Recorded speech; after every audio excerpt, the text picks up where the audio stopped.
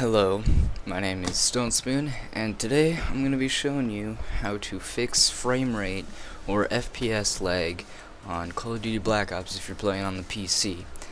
If you don't know, FPS stands for frames per second. If you don't have a super high ping and you're feeling some lag, it could be your frame rate. So I'm going to be showing you some tricks in your settings and a couple tricks in your console that will make your game smoother and you'll get better frames per second. So let's get started. For your video mode is just basically your resolution.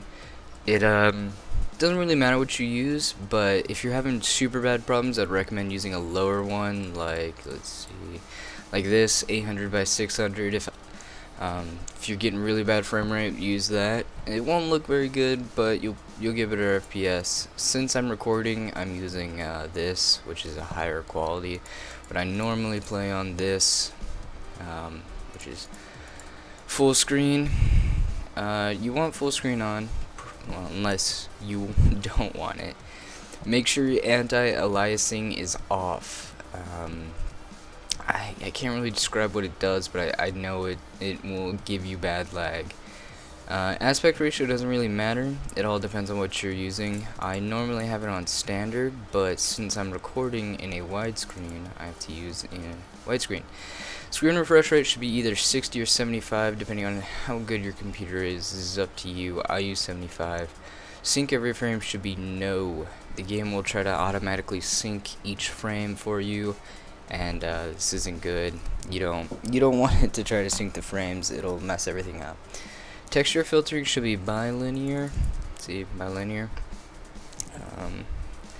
Alright, I'm gonna try really hard here. Anisotropic filtering should be 0. Alright? And then your texture quality should be depending on how good you think your computer is. If you're having super bad problems, I'd recommend doing a low. But if you're just if you're having like, yeah, I can deal with it, have a normal. I usually play on normal. If I'm playing on normal, I'm getting around 125 frames per second.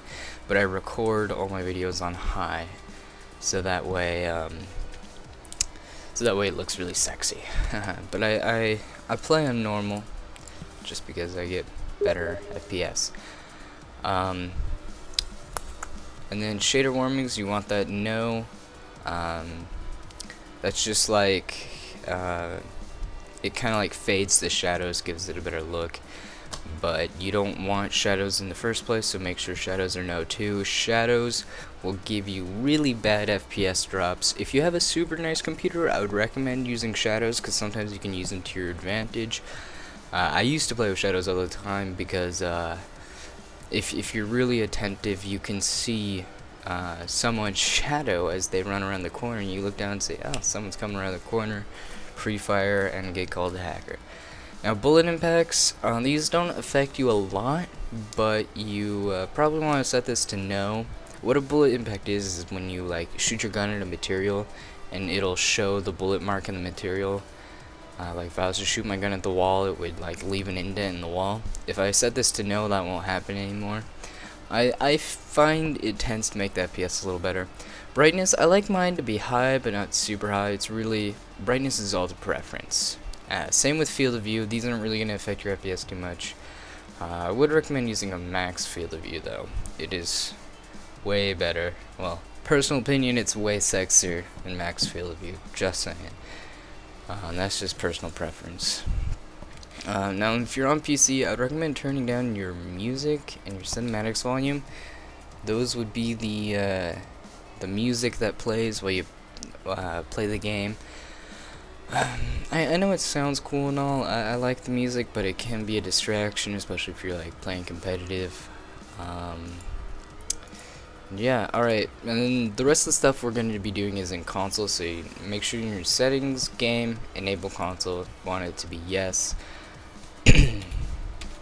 Alright, and then to enable your console, you have to hit the tilde key, which is the squiggly line below the escape key. So, excuse me, hit the tilde, and this pops up. Now then, before you type in a command, you actually have to put a slash, one of these little things. /. Alright, now these are some just little rate commands I have found. Some people say they don't work for them. Some people say they work. For me, it works miracles. So we're going to be typing in CL underscore max packets 63. So I already have it in. Enter that in. And then that just sends the rate that it sends packets to 63. And actually, to make these rate settings work, you need several commands. The next one would be /snaps 30. If you're a COD 4 fan, you probably know this command. It was really popular in COD 4. Everyone uses snaps 30. So make sure your snaps set to 30. Now then, max FPS 125. This just sets the max frame rate to cap at 125. It's not good to set your max frame rate at something that your computer can actually read, because you'll be kind of wearing out your GPU. So set it to something you know you can reach yet still play the game on. 125 is great. Now then, if you're saying, geez, those commands didn't really work for me, you can try this. It is /cl packet dup and then 2. Personally, I've been told this command is really good, especially if you're on a laggy lobby or server, but I have found, just from personal preference, that I like to set my packet dup to 1. Some people like it at 2. I play with 1 personally. Also, if you're finding that even if you did all of that, your shots still aren't registering and you're getting some lag, then you can go ahead and set your CL underscore max packets, which we did earlier, to 100. 100 is probably the most popular thing. Everyone uses CL max packets 100. I used to use it too, but I personally found that CL max packets 63 works best for me. Personal preference. Who knows? Alright, well that's, I think there's one more command. Hang on. Alright, yeah. Now I remember. Alright, if you have a multi-core processor, like a quad-core, a dual-core, yada yada yada, you can check that by going to your computer and hitting properties. It'll tell you. I personally have a quad-core, so to make the game run on all of your cores instead of just one, you go /r multi-threaded device, and you have to set it to 1. This will make the game run on all 4 or 2 of your cores instead of just one of them, which will give you smoother and faster gameplay. It's one of the amazing things about playing on a PC. I love playing on PC. And another one, which I should probably do, is this is for if you have a multiple graphics cards in your computer, which can be good or bad. If you only have one graphics card, you want to set it to 0. If you have 2 graphics cards or more, we'll get into it. So it's r underscore multi GPU. And if you have 2 graphics cards, GPU's graphics processing unit. So if you have 2 or more graphics cards, set it to r multi GPU. If you have 2 or more graphics cards, set it to 1. If you do not, like me, set it to a 0. You don't want it to be 1 if you don't have a good graphics. Or sorry, you don't want it to be 1 if you don't have multiple graphics cards. I got all mixed up there.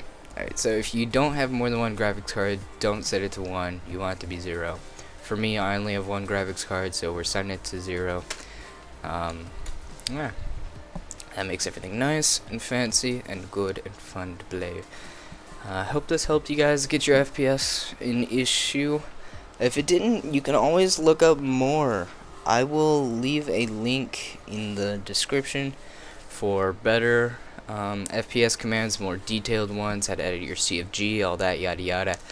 Hope you guys enjoyed and found it helpful and useful.